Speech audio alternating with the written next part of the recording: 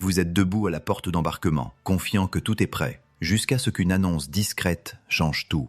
Soudain, votre siège est réattribué, votre bagage à main est signalé, et votre remboursement refusé. Rien de tout cela ne semble être de votre faute, mais d'une certaine manière, ça l'est. Derrière chaque publicité souriante des compagnies aériennes se cache une stratégie. Gagner de l'argent quand vous faites des erreurs, ou même quand vous n'en faites pas. Aujourd'hui, nous allons dévoiler des véritables secrets des aéroports que les compagnies utilisent pour piéger les passagers. Subtils, légaux et conçus pour vous prendre au dépourvu. Si cela vous aide à voyager plus intelligemment, likez et abonnez-vous. Allons-y. Numéro 1. Les zones mortes pour les demandes de remboursement. Les compagnies aériennes utilisent discrètement des failles liées au timing pour vous refuser un remboursement, même lorsque vous y avez techniquement droit. Il est 23h52. Vous venez de réaliser que vous avez réservé votre vol pour la mauvaise date, et le départ est encore dans 2 semaines. Vous vous précipitez pour demander un remboursement, pensant être largement dans le délai légal. Mais l'écran clignote froidement. Non remboursable. Politique expirée. Voici ce qui s'est passé. La plupart des compagnies aériennes annoncent une politique de remboursement de 24 heures, surtout pour les billets réservés directement. Ce qu'elles ne précisent pas, que 24 heures signifie heure calendaire, pas heure ouvrable. Et cette fenêtre de remboursement commence parfois dès que votre paiement est traité, et non lorsque vous recevez la confirmation par email. Pire encore, si vous réservez via un tiers, même un site qui semble officiel, vous pouvez être soumis à des règles de remboursement totalement différentes et les compagnies se renverront la balle pour éviter de vous aider. Certains passagers tombent aussi dans le piège de la nuit. Réservez un vol à 23 heures, pensez avoir toute la journée suivante pour annuler, mais le compte à rebours de 24 heures continue pendant votre sommeil. Pourquoi c'est important ? Manquer cette fenêtre signifie que vous êtes coincé avec un vol que vous ne voulez pas ou que vous devrez payer des frais de modification élevés, même si le billet n'a été réservé que quelques heures auparavant. Astuce. Prenez toujours une capture d'écran de l'heure exacte de votre réservation, vérifiez la règle de 24 heures de votre compagnie aérienne, certaines excluent maintenant les billets en économie de base, et évitez de réserver tard le soir si vous n'êtes pas sûr. Les fuseaux horaires comptent également. Numéro 2. Les pièges de la sélection de sièges. Certaines compagnies aériennes facturent désormais les sièges gratuits standards et rendent leur contournement difficile. La file d'enregistrement avance lentement à JFK.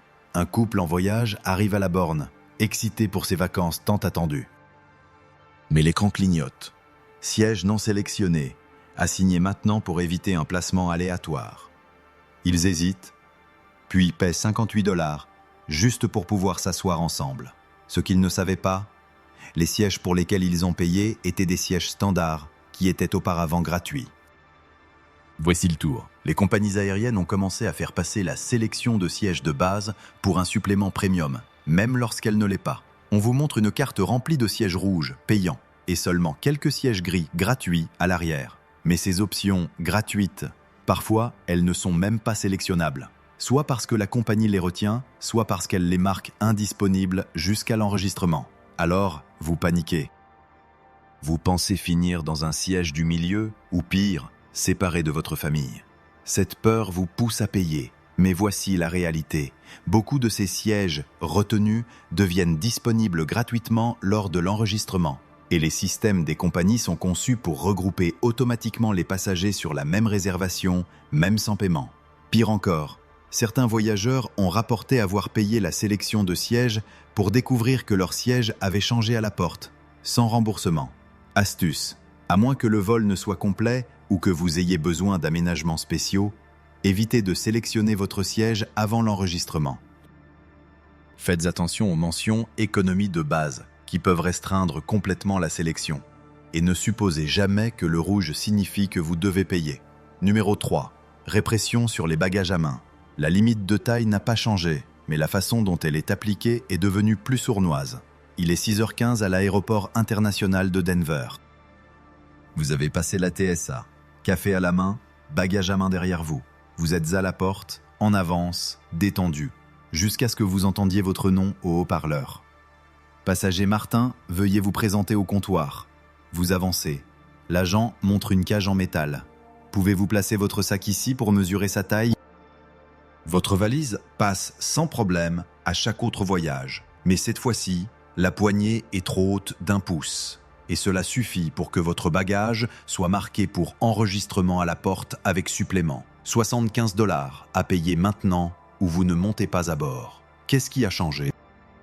Les compagnies aériennes ont discrètement déplacé l'application des règles sur les bagages à main de l'enregistrement à la porte. C'est stratégique. Une fois passé la sécurité, émotionnellement et mentalement engagé dans le vol, vous êtes beaucoup moins susceptible de contester ou de faire demi-tour. Cela devient une situation, payer ou rater votre vol. Pire encore, certaines compagnies effectuent maintenant des contrôles ponctuels aléatoires pour donner l'impression d'équité, mais l'objectif est le revenu, pas la régulation. Les cages de mesure utilisées aux portes sont parfois plus petites que celles de la TSA, et les compartiments à bagages supérieurs varient énormément selon les avions. C'est comme jouer à la roulette avec votre bagage. Astuce: connaissez les dimensions exactes de votre bagage à main pour votre compagnie aérienne. Elles diffèrent, et ne vous fiez pas aux étiquettes universelles pour valises. Les sacs à coque souples aident. Si on vous demande de mesurer, retirez la poignée supérieure ou les roues si elles sont rétractables. Et surtout, ne jamais enregistrer à la porte vos appareils électroniques, médicaments ou objets de valeur. Numéro 4. Les exonérations de frais de modification qui n'en sont pas. Les compagnies aériennes promettent aucune pénalité de modification, mais cachent de nouvelles charges dans les petites lignes. C'est un mardi après-midi et vos plans viennent de changer. Pas de souci, vous vous souvenez de la publicité. Changez votre vol sans frais. Vous vous connectez à l'application de la compagnie, appuyez sur « Modifier le vol » et votre mâchoire se serre. Les seules options disponibles coûtent 320 $ de plus et les vols moins chers que vous aviez vus plus tôt, disparus.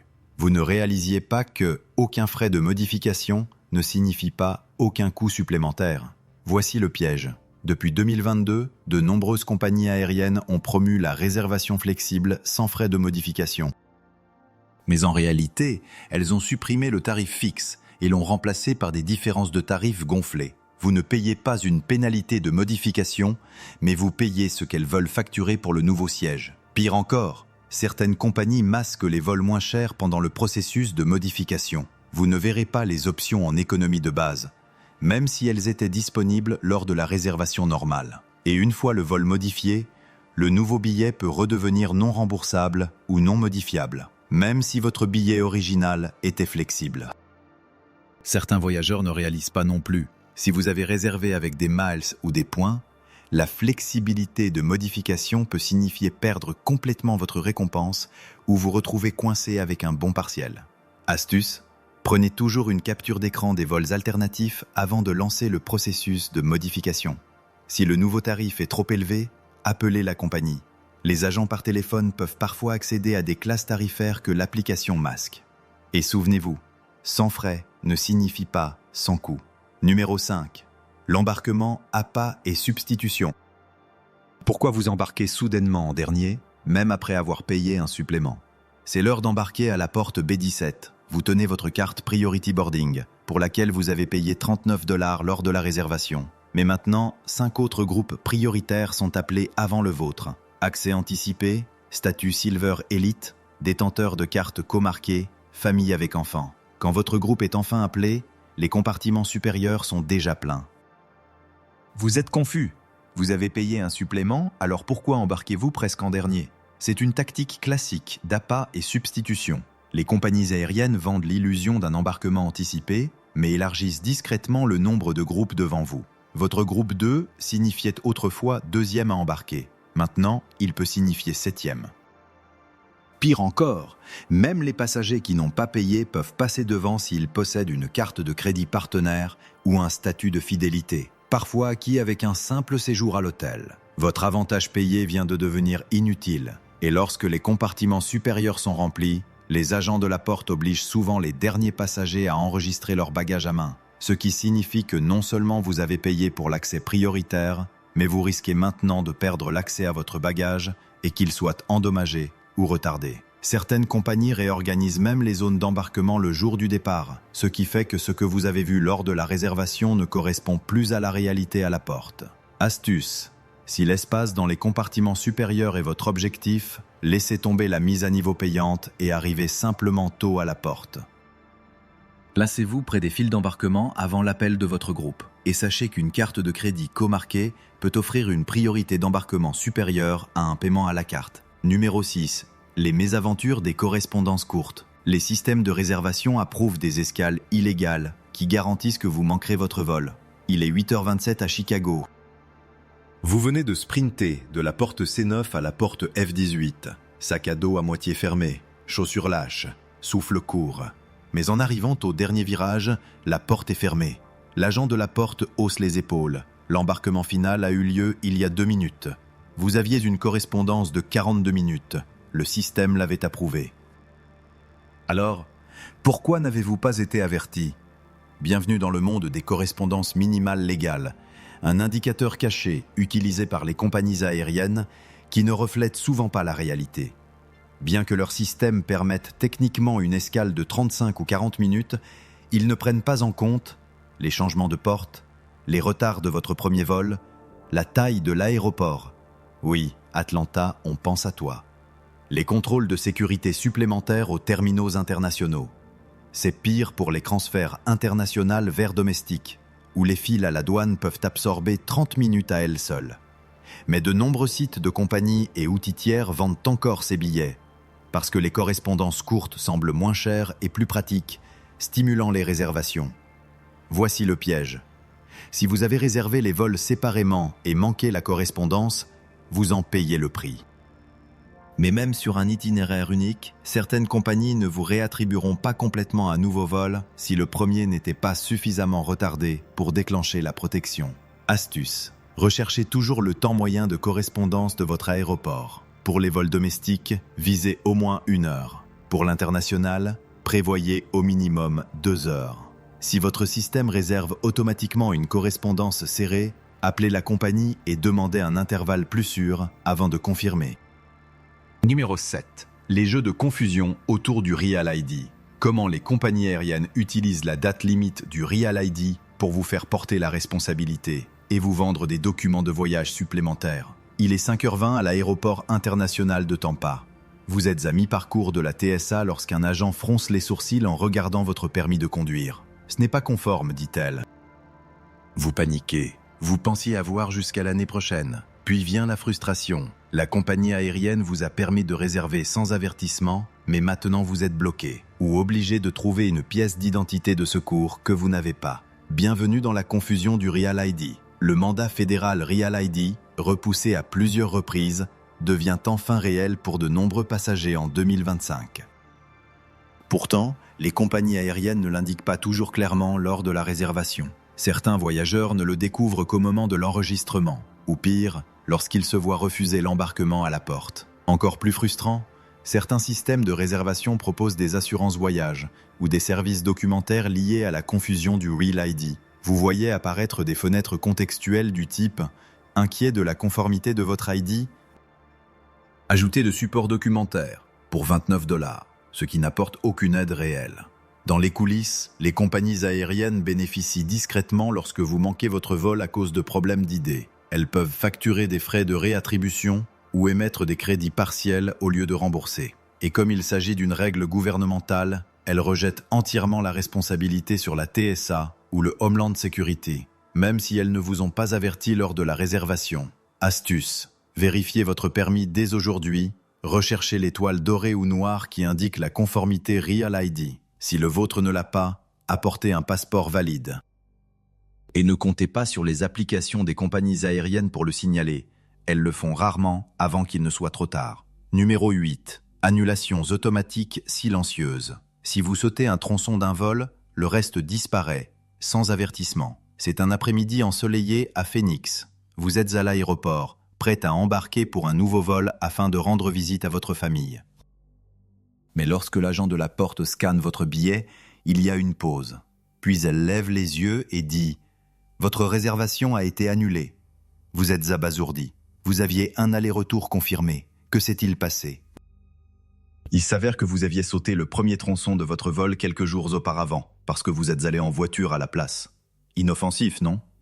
Pas pour la compagnie aérienne. Ce que la plupart des passagers ignorent, c'est que les compagnies appliquent une politique du type « absence égale annulation de l'itinéraire ». Cela signifie que si vous manquez un segment d'un vol multitronçon, même intentionnellement, le système annule automatiquement le reste de votre réservation. Aucun appel, aucun remboursement, aucun avertissement. Certains passagers essaient d'économiser de l'argent avec des billets jetables, en réservant des itinéraires moins chers avec des escales supplémentaires et en sautant les tronçons finaux. Les compagnies aériennes détestent cela et ont créé des algorithmes pour le détecter, signaler les comptes et même supprimer les mailles de fidélité. Mais voici le coup de grâce. Même les voyageurs honnêtes peuvent être piégés. Vous pourriez manquer un tronçon à cause du mauvais temps, de la circulation ou pour des raisons personnelles, et vous présenter pour votre vol retour pour découvrir qu'il a disparu dans la nature. Astuce, si vous devez sauter un tronçon, appelez la compagnie aérienne à l'avance. Ils peuvent parfois ajuster votre itinéraire sans déclencher une annulation automatique. Et ne supposez jamais que votre vol retour est sûr simplement parce qu'il a été payé. Les aéroports sont déjà assez stressants sans les pièges cachés mis en place par les systèmes mêmes en lesquels vous avez confiance. Des failles de remboursement ou restrictions sur les bagages à main, des illusions des zones d'embarquement aux annulations silencieuses, beaucoup de règles des compagnies aériennes ne sont pas là pour vous aider. Elles sont conçues pour protéger les profits, pas les passagers. Mais maintenant, vous savez ce qu'il faut surveiller. La prochaine fois que vous voyagez, vérifiez bien votre Real ID. Ne payez pas pour un siège dont vous n'avez pas besoin. Faites attention aux correspondances serrées et ne supposez jamais que le silence signifie sécurité, surtout avec votre réservation. Qu'est-ce qui vous a le plus surpris? Faites-le nous savoir dans les commentaires. Et si vous voulez voyager plus intelligemment à chaque fois, abonnez-vous et restez en avance sur le jeu.